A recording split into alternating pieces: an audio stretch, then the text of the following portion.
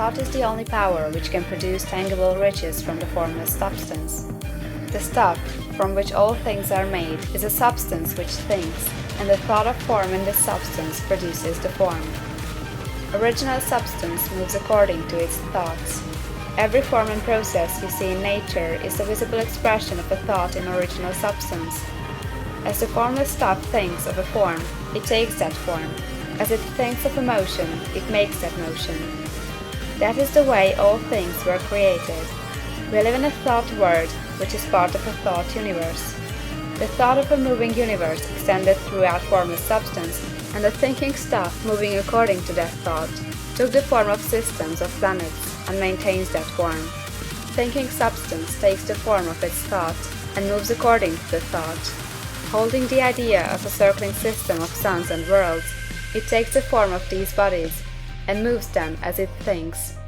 Thinking the form of a slow-growing oak tree, it moves accordingly and produces the tree, though centuries may be required to do the work. In creating, the formless seems to move according to the lines of motion it has established. The thought of an oak tree does not cause the instant formation of a full-grown tree, but it does start in motion the forces which will produce the tree along established lines of growth.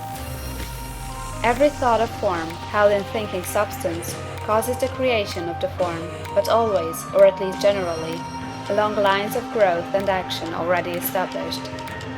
The thought of a house of a certain construction, if it were impressed upon formless substance, might not cause the instant formation of the house, but it would cause the turning of creative energies already working in trade and commerce into such channels as to result in the speedy building of the house.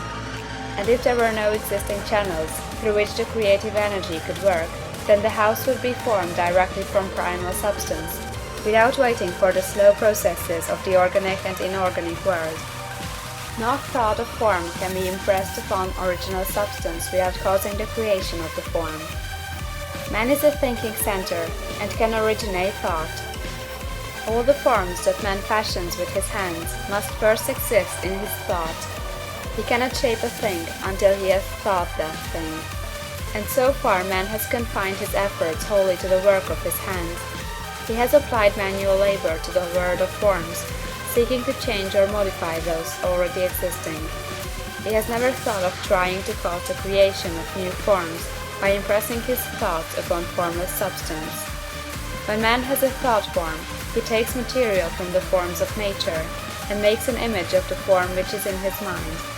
He has so far made little or no effort to cooperate with formless intelligence, to work with the Father.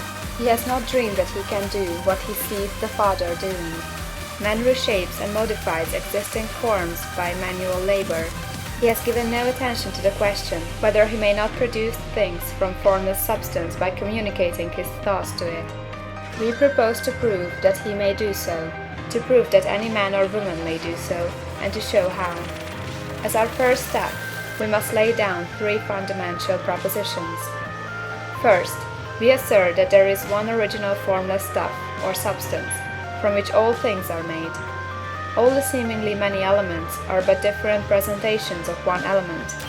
All the many forms found in organic and inorganic nature are but different shapes, made from the same stuff. And this stuff is thinking stuff. The thought held in it produces the form of the thought. Thought, in thinking substance, produces shapes. Man is a thinking center, capable of original thought.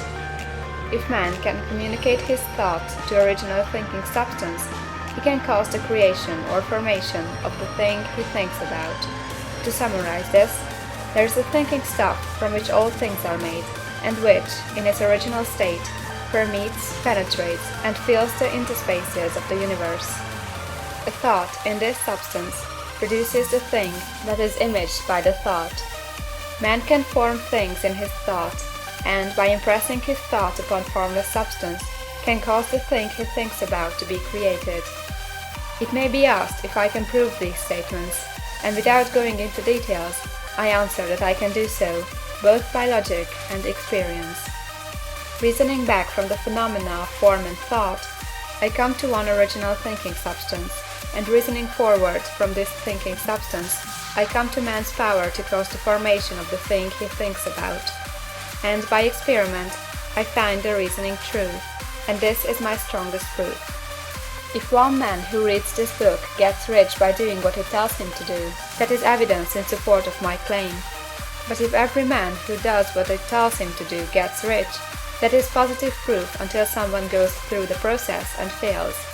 The theory is true until the process fails, and this process will not fail, for every man who does exactly what this book tells him to do will get rich.